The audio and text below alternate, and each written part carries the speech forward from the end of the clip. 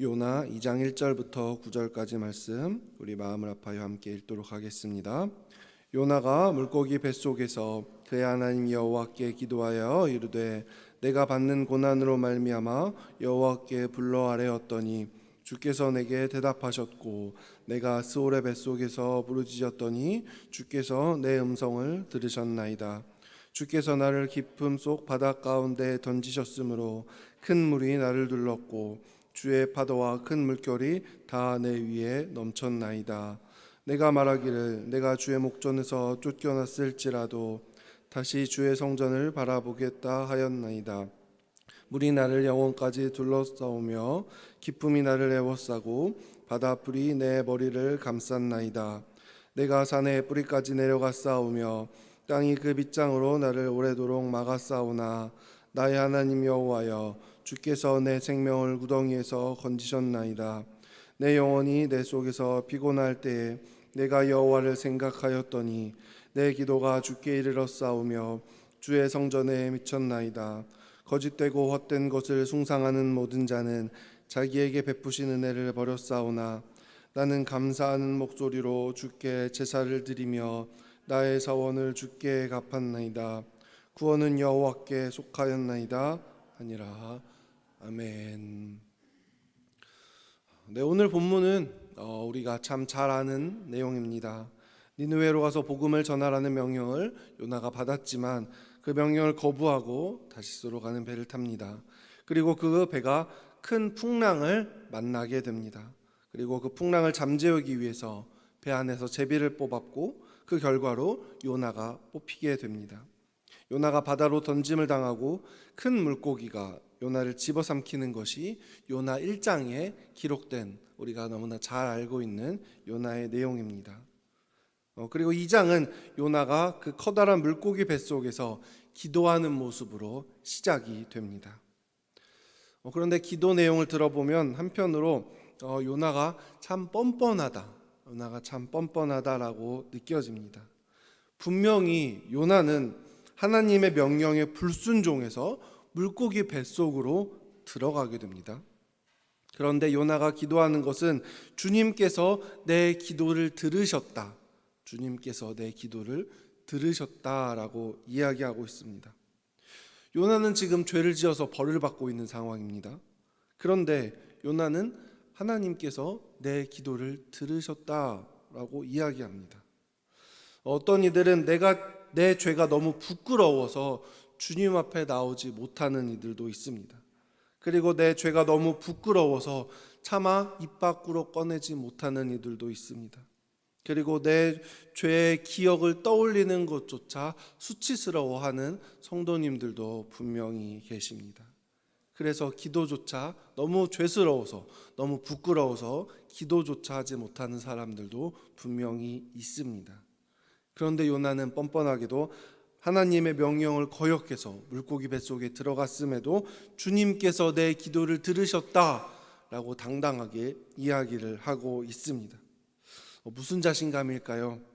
그리고 심지어 9절에는 감사한다라는 기도까지 요나는 하고 있습니다. 저는 오늘 설교의 제목을 미리 감사합니다라고 한번 지어보았습니다. 요나는 자신이 죽을 환경 속에 있지만 그럼에도 불구하고 하나님 나를 구원하여 주실 것을 미리 감사합니다라고 이야기하고 있는 것입니다. 죽을 상황 가운데에서도 감사 기도를 올린 우리가 잘 아는 성경 인물이 또 한 명 있습니다. 그는 바로 다니엘입니다. 다니엘의 기도는 그런데 요나의 기도와는 너무 상반됩니다. 다니엘은 하나님의 명령을 따르다가 사자굴에 던짐을 당한 것이죠. 즉 어떻게 보면 하나님께서 다니엘을 살려주시는 것은 너무나 당연한 모습입니다. 그리고 권성징악의 대표적인 모습이 바로 이 다니엘 사자굴의 기도다라고 우리는 이야기할 수 있습니다. 그렇기 때문에 우리는 다니엘을 읽으면서 전혀 불편함이 없습니다. 그리고 멋지게 반전의 승리를 일으키실 하나님의 모습을 기대하며 우리는 다니엘서를 읽어나갑니다. 그런데 요나의 경우는 다릅니다. 하나님의 명령을 거역하고 죽을 위기에 처했음에도 요나는 주님께서 구원해 주신다라는 이야기를 하고 있는 것입니다. 이보다 뻔뻔한 상황이 더 어디 있습니까? 그런데 다른 관점으로 보면 요나는 참 믿음이 좋은 사람입니다. 이미 이루어 주실 것에 감사를 표현하고 있는 것이 요나의 믿음이다라고도 저는 그렇게 묵상을 했습니다. 어린아이들이 사고를 친 다음에도 참 뻔뻔하죠. 부모된 우리가 치우라는 것처럼 사고 현장에서 환하게 웃고 있는 모습을 우리는 볼 수 있습니다. 제 아들도 사고를 치고 그 현장에서 해맑게 웃고 있습니다. 그러면 전 가서 그 사고 현장을 뒷수습합니다. 아직 말을 못하니까 무슨 이야기는 하지 않고 그저 소리를 치고 있습니다. 빨리 저보고 와서 사건을 해결하라는 것이지요. 그러면 부모는 달려갑니다. 그런데 생각을 해보면 아이가 잘하면 잘할수록 사고를 친 뒤에 거짓말을 하는 모습을 볼 수 있습니다. 아이들은 배우지 않아도 거짓말을 하고 변명을 합니다. 부모의 관점으로 보면 그 변명은, 그 거짓말은 분명 말도 안 되는 것이지만 아이들은 그렇게 이야기를 합니다. 그런데 우리도 그렇지 않습니까?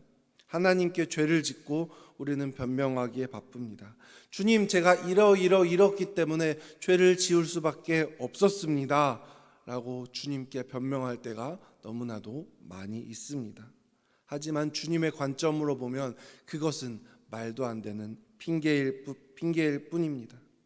저는 차라리 이리저리 핑계를 대는 우리의 모습보다는 차라리 뻔뻔하더라도 하나님께 주님, 내가 잘못했습니다. 나를 용서해 주세요. 그리고 그 뒤에 주님 용서해 주시죠? 라고 뻔뻔하게 기도하는 것이 오히려 더 옳은 모습이 아닐까, 저는 그렇게 생각을 해보았습니다. 제 아들이 사고를 치더라도 치우는 것이 한편으로는 귀찮긴 하지만 화가 나지는 않습니다. 아들을 사랑한다면 사고를 치더라도 사랑하는 모습으로 더 다가가게 되는 것이 부모의 심정입니다. 물컵을 깨더라도 컵을 깬 것에 화가 나는 것이 아니라 그 깨진 컵 조각에 손이나 발이 다치지 않았는지 바라보게 되는 것이 부모의 마음이기 때문입니다. 차라리 뻔뻔하게 컵을 깬 순간 빨리 알려서 빠르게 대처를 하는 것이 부모된 마음으로는 훨씬 다행이다라고 생각을 합니다. 하나님도 이와 같습니다. 우리가 죄를 가지고 있을 때 주님 부끄러워서 그 죄를 숨기는 것이 아니라 하루빨리 해결받기 원하는 것이 하나님의 마음이 아닐까, 저는 그렇게 묵상해 보았습니다. 제가 주일 헌금 기도를 하면서 자주 쓰는 문구가 있습니다. 그 문구는 이러합니다. 한 주 동안 지켜주신 것에 감사하고 이번 한 주도 지켜주실 것에 미리 감사하여 귀한 예물 올려드립니다 라는 문구를 저는 굉장히 잘 사용합니다. 성도 여러분, 지켜주신 것은 감사할 수 있습니다. 하지만 이번 한 주도 지켜주실지는 알 수가 없는 것입니다. 이번 한 주에 교통사고가 날 수도 있습니다. 사업이 망할 수도 있습니다. 심지어는 주님께서 내 생명을 거두어 가실 수도 있습니다. 하지만 저는 미리 감사합니다라는 문구를 사용합니다. 제가 이 문구를 사용하는 것은 미리 감사합니다 속에는 그리 아니하실지라도가 포함되어 있는 것입니다.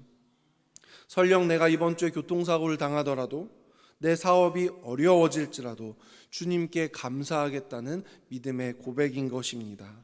미리 감사는 감사 중에 최고의 감사가 아닐까, 저는 그렇게 생각합니다. 우리가 너무나 잘 아는 히브리서 11장의 말씀이 있죠. 믿음은 바라는 것들의 실상이요 보이지 않는 것들의 증거니 선진들이 이로써 증거를 얻었느니라. 아멘. 히브리서 11장은 믿음에 대한 고백의 장이다라고 우리는 잘 알고 있습니다. 우리는 한 치 앞도 알 수 없습니다. 하지만 주님께서 나를 선하신 길로 이끄시겠다는 믿음의 고백이 히브리서 11장에 나와 있는 것입니다. 히브리서 11장의 대표적인 인물은 아브라함과 노아가 있습니다. 아브라함도 100세 때 아들을 주실 것이라는 하나님의 약속을 믿고 살아왔습니다. 노아도 언젠간 물로써 세상을 심판할 것이라는 하나님의 약속을 바라보고 방주를 만들었던 것입니다. 아브라함과 노아가 하나님에 대한 미래의 약속을 믿으며 살아간 것을 히브리서 11장에는 기록하고 있는 것입니다. 우리도 이것을 본받아야 합니다. 지금 상황이 힘들더라도 미래에 대한 감사를 바라보며 우리는 살아갈 때 새 힘을 얻을 수 있는 줄로 믿습니다. 내가 힘들더라도 감사의 제목을 발견한다면 우리는 어려운 상황을 이겨낼 수가 있는 것입니다. 제가 고등학교 때 극도로 스트레스를 받아서 일주일 정도 거식증에 걸린 적이 있습니다. 어떤 음식을 먹어도 다 토하는 거예요. 물을 마셔도 다 토했기 때문에 병원에 가서 수액으로 수분을 공급받은 기억이 있습니다. 너무 힘들어서 죽을 것 같은데 문득 제 머릿속에 떠오른 하나의 감사의 기도 제목이 있었습니다. 야, 누구는 돈 주고 살 빼는데 난 이렇게 다이어트를 하네. 물론 몸이 아파서 살이 빠지는 것은 고통스럽습니다. 그렇게 일주일 동안 아프고 나니까 한 7kg 정도가 빠지더라고요. 물론 아파서 빠진 것은 일주일이 지나면 다시 원상복귀가 됩니다. 하지만 괴로운 과정 속에서 그래도 이렇게 다이어트를 하니 살이 빠지는구나 라고 체중계에 올라갔을 때 줄어드는 저의 몸무게를 보면서 그래, 이런 것에라도 감사해야지. 하나님이 이렇게라도 다이어트를 시키시는구나 라는 것을 감사할 때 어려운 상황 속에서라도 조금은 버틸 수 있는 원동력이 되었던 것 같습니다. 우리가 어려울 때일수록 감사의 제목을 찾으시기 바랍니다. 설령 그것이 뻔뻔하더라도 내 자식이 사고를 친 뒤에 뻔뻔하게 웃으면서 내가 사고 쳤으니 빨리 뒷수습 해주세요 라고 아이가 우리에게 이야기하는 것처럼 우리도 주님 앞에 뻔뻔할 필요가 있는 것입니다.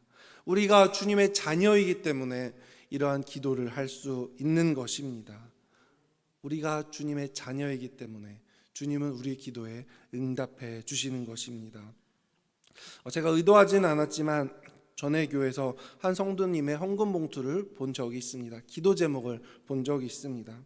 그 봉투에는 이러한 내용이 적혀져 있었습니다.